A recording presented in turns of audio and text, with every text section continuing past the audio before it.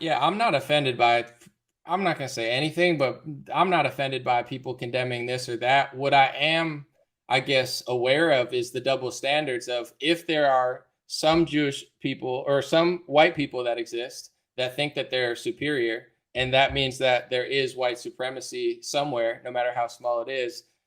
I don't understand why there also wouldn't be Jewish supremacy. And when a lot of people that, have powerful positions are Jewish and there are powerful white people that have positions, why is it okay for society to condemn white supremacy, but if you were to condemn Jewish supremacy, you'd probably get called anti-Semitic? That I just don't Because understand why one exists and one doesn't exist.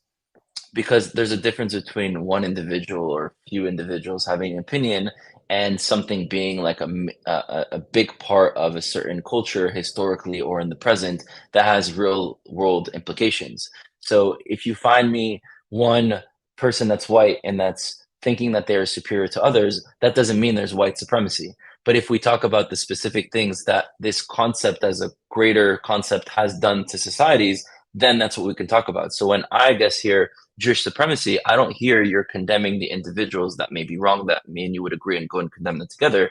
I hear it as you're putting on this idea that exists within the mainstream of the Jewish culture, or at least a part of Jewish culture, that there's this real world implications supremacy movement of Jews. And that does not exist like it does exist or it has exist within white society.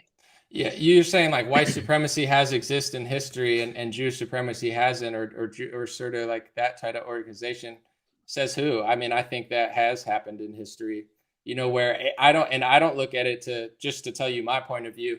I don't look at it as like, oh, they're bad or that. I just think of it as because like similar to how you're thinking of, we are a specific people with a lot of pride and self-love, and there's nothing wrong with that. But I think historically, two things have happened to Jewish people is one, they have been before Israel was, claimed or reclaimed in the 1900s. Everybody's kind of scattered, right? And that's difficult when you're living in countries, whether it's Germany, America, Ireland, wherever you are, and you're the minority, right?